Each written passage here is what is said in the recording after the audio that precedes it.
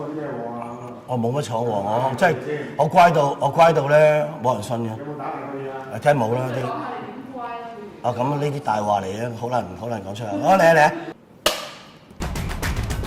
你好，我叫陳仲維，咁今年55歲啦，我入行已經20幾年嘅啦，咁我身高有173 cm， 籍貫就係呢個廣東省清遠縣嘅，咁我擅長就係游泳，因為以前我係香港游泳代表嚟嘅。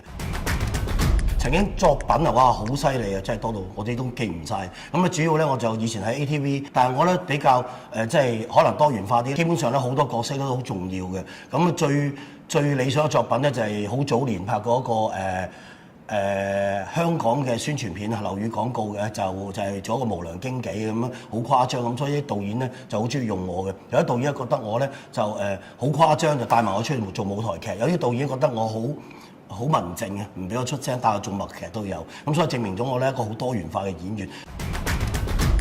理想咪做一個出色嘅演員啦，嚇咁就即係可以拍一啲好賣座嘅電影啦。其實我已經拍過好多好賣座電影嘅，不過主要係拍住古天樂啊、劉德華啊、梁朝偉，所以唔係好。都關我事㗎，你知啊，牡丹好都要綠葉㗎係嘛，所以希望咧大家咧能夠咧關照下呢棵綠葉啦，唔該。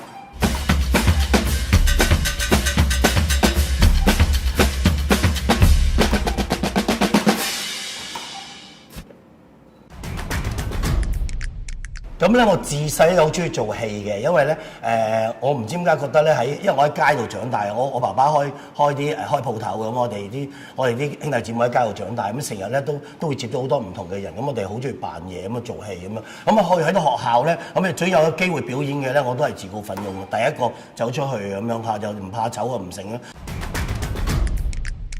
10年之後，如果做一個好出色嘅演員啦，成日可以見到報紙啊，當然係講好嘢啦。咁樣嘅話，我都覺得好好噶啦。個志願就唔好宏大噶啦，唔會話去到荷里活啦，去到呢啲咩康城嗰啲。咁但係咧，希望咧喺演藝界有一個令人哋認識嘅地位就同埋有個存在價值就 OK 啦。